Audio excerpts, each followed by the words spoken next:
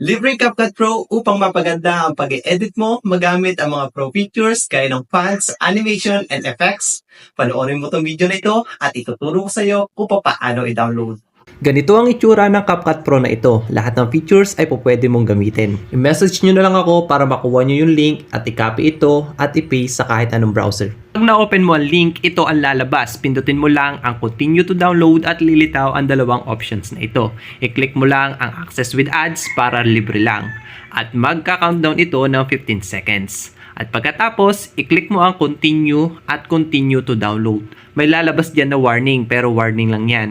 I-click mo ang download anyway upang magsimula na ito mag-download. At pagkatapos ay install mo na lang ito. At mayroon ka ng CapCut Pro para mas mapaganda mo pa ang iyong pag-e-edit.